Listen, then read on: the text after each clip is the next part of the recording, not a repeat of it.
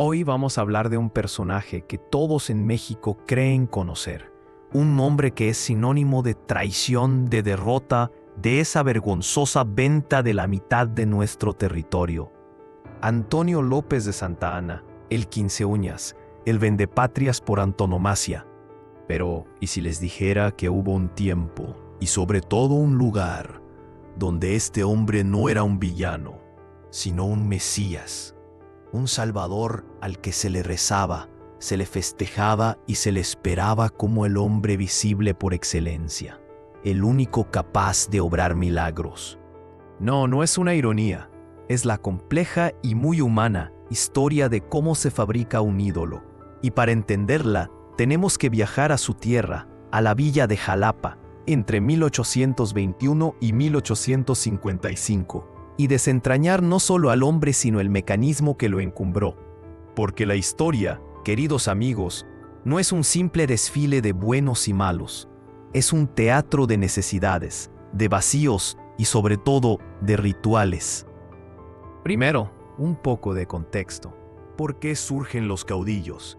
La historiografía barata, sobre todo la gringa, nos ha querido vender la idea de que es algo cultural, casi genético. Que los hispanos y los indígenas tenemos una tendencia inherentemente despótica. Una tontería, por supuesto. Una visión racista y simplona que ignora la verdadera razón. La verdad es mucho más interesante. Imaginen el escenario: 300 años viviendo bajo la sombra de una figura lejana, mítica, casi divina, el rey de España. De pronto, en 1808, ese rey desaparece, es un prisionero de Napoleón, y con él se derrumba todo el sistema. Queda un vacío de poder y de legitimidad inmenso. En ese contexto de ruptura, de caos, de guerra, ¿a quién voltea a ver la gente? ¿A un papel llamado Constitución?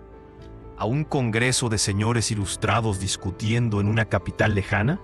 Por supuesto que no.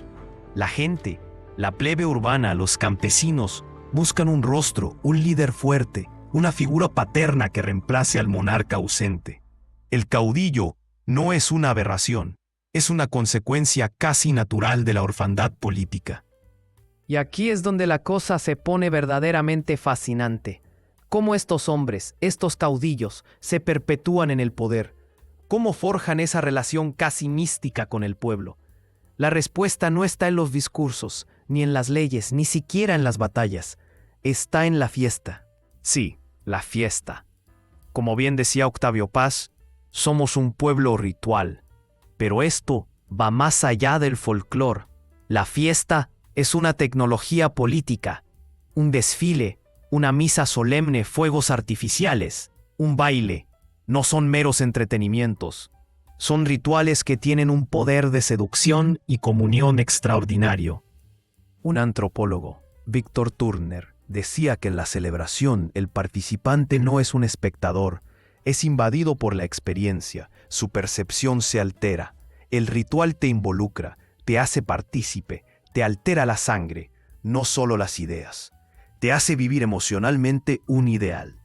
Y lo más poderoso de todo, como diría Foucault, es que a menudo vivimos el ritual sin pensar, sin cuestionar, simplemente lo hacemos porque es lo que se hace. Y al hacerlo, el significado del ritual se adueña de nosotros sin que nos demos cuenta.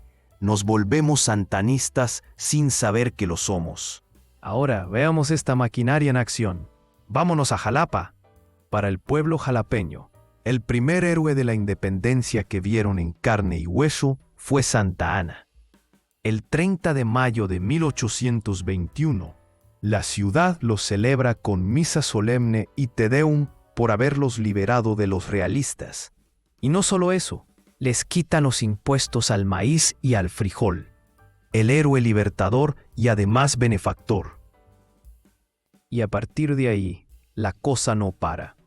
En agosto del mismo año, otro Te Deum por sus victorias en Acayucam. Días después, lo reciben con una diputación del ayuntamiento. En octubre, él encabeza los 3 días de fiestas por la toma de la capital, pidiendo al vecindario que ilumine sus casas y ponga colgaduras. Iturbide era el nombre que sonaba en todo el país, pero el héroe que los salapeños veían, con el que festejaban, era Santa Anna. Su fama se construye a base de celebrar victorias, incluso las que eran mentiras o medias verdades. En octubre de 1822, decreta celebraciones por una brillante acción contra las tropas españolas en San Juan de Ulúa. La historia nos dice que la operación fue un fracaso caótico, pero para los jalapeños que vieron los desfiles y escucharon los Te Deums, fue otra hazaña del gran Santa Anna. Se posiciona como el primero en proclamar la República en 1822 y como defensor de la Federación en 1823, proyectándose siempre como el garante de lo que la mayoría del pueblo anhelaba. Pero el clímax, el momento que lo consagra como héroe nacional, llega en 1829. Derrota a la expedición española de reconquista de Isidro Barradas en Tampico. La noticia desata el delirio en todo el país, y en Jalapa la celebración es monumental. Fiestas, discursos y la decisión clave.